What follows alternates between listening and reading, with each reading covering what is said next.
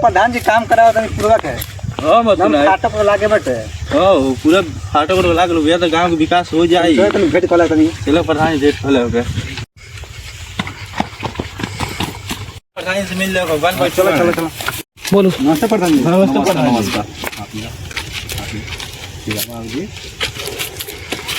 प्रधान जी पूरा काम हो गए बटे। हाँ काम पूरा अब जारी बाटे। कल विकास के बाद देखा पुल बहुत चालू हो गई। गांव नया पूरा पुल गांव विकास आई कि ना आई पानी नारियम पानी नहीं आई कि नहीं बिना पानी ले सफाई भइल बा। तो कितना सफाई हो गइल बा। एकदम पानी जारी बा। एकदम पानी देखा नहर एकदम बनवा के एकदम सड़क बनती है एकदम बढ़िया से विकास चालू बा एकदम। और कोनो गांव बताओ कौन विकास नहीं ठीक बाटे। नहीं प्रधान जी हम सुनिए तो हमारा आवाज काट के नहीं एहन काम कर दिला हम आपको वोट नहीं देबो। ये मक्के कहता आवाज काट के दिल मने हो अच्छा कने दू बोतल सामान लगा तो खनी धीरे से कह नहीं हम सिगरी कतर बोल का।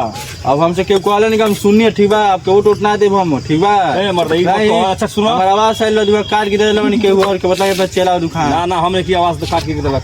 तू सिगरेटरी से मिल लो कहियो हम ना मिलने कहियो सिगरेटरी से तू मिल सिगरेटरी लगा कागज आइल बा सब अब वो बताइए आवाज के बारे में। इनके कागज पता थोड़ा कमी बटे। हां एकरो वजह से नहीं मिल पाई थोड़ा टाइम लगी और पैसे भी नहीं जमा कर दे। ठीक कहता है आवाज बटे।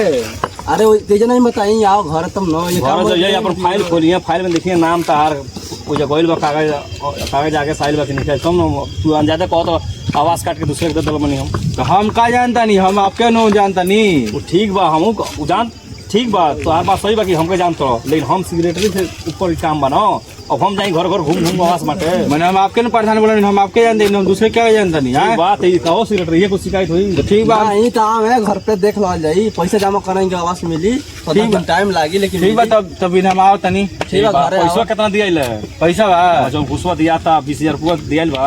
हां 20000 दियाइल पैसा नहीं कौन दला झूठ बोलता है। हां पैसा नहीं कौन दला ये तो इसका उम्मीद करते हैं कि आप लोग स्वस्थ होंगे मस्त होंगे। हम लोग का वीडियो कमेडी कैसे लगा और कमेडी अच्छा लगे हो तो आप लोग एक लाइक कमेंट और शेयर कीजिए।